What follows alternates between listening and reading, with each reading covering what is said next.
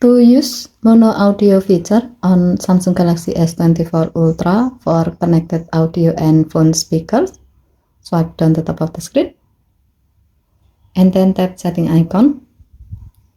Scroll down the screen to find accessibility. Tap accessibility and then tap hearing enhancement.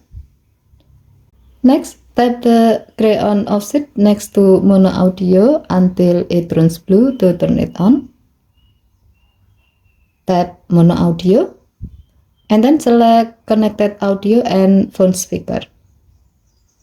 With this setting, your phone will play the same sound out of both speakers in the audio device, such as earbud, wired headphone, or a Bluetooth speaker that's connected to your phone and in your phone speaker. Okay, thank you for watching. Please help to like and subscribe. Have a nice day.